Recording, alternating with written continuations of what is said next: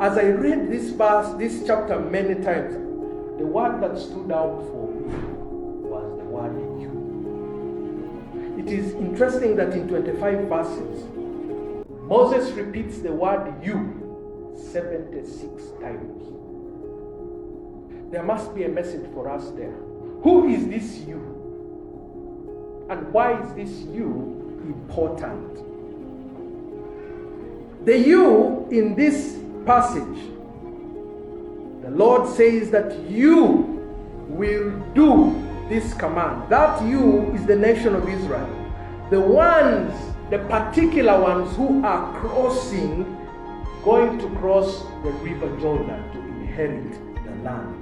They are the ones on whom he puts squarely the responsibility for this doing.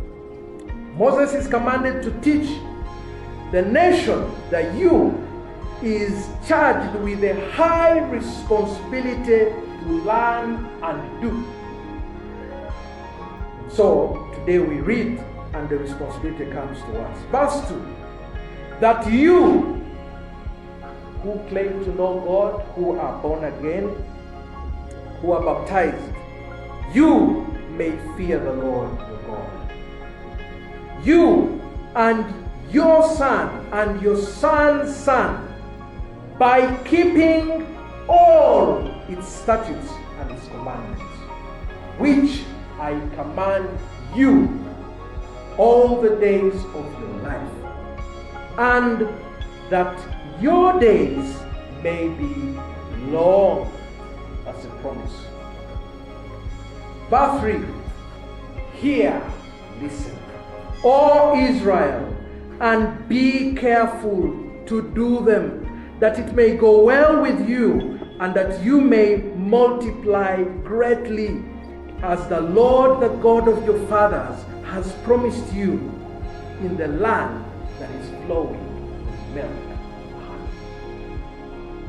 He is saying there is a promise that you're just about to receive. There are blessings. Actually, there is abundance. Now, instead of focusing on destroying what happened in the generations where you have no control, you have a responsibility that you wake up to. Pay attention and be careful. And begin to teach your children, because once they follow this instruction, generational blessings are open for them. He repeats verse 4. Hear, O Israel, the Lord our God is one. You, again, shall love the Lord your God with all your heart and with all your soul and with all your might.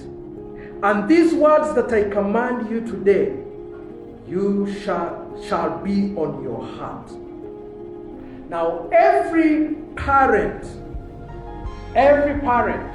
must invest in their personal relationship with God. You cannot give what you do not have. You may point them to things, but they watch you. And your hypocrisy wrecks their trust, and they choose to start making their own evaluation and decide what will be better for them. Every parent must invest, because he says, you, parent, must love the Lord your God with all your heart, ahead of teaching your children. You cannot give what you do not have. And I don't know about you, but just by saying these words to you, I am shaken. I look back and wonder, what example am I to my wife? What example am I to my children? Am I standing in their way?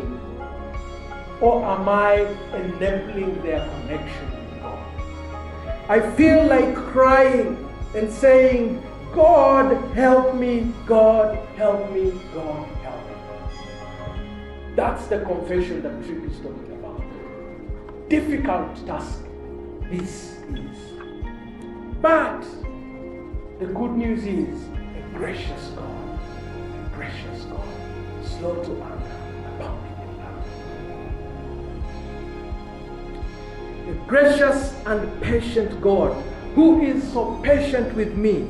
He will make his invisible grace visible by sending me as a parent to give this grace to my children and the people in my household. I'm not an autocrat putting rules that must be obeyed, and I command my household to obey them. I am obeying my God in humility and asking them to follow me in doing that.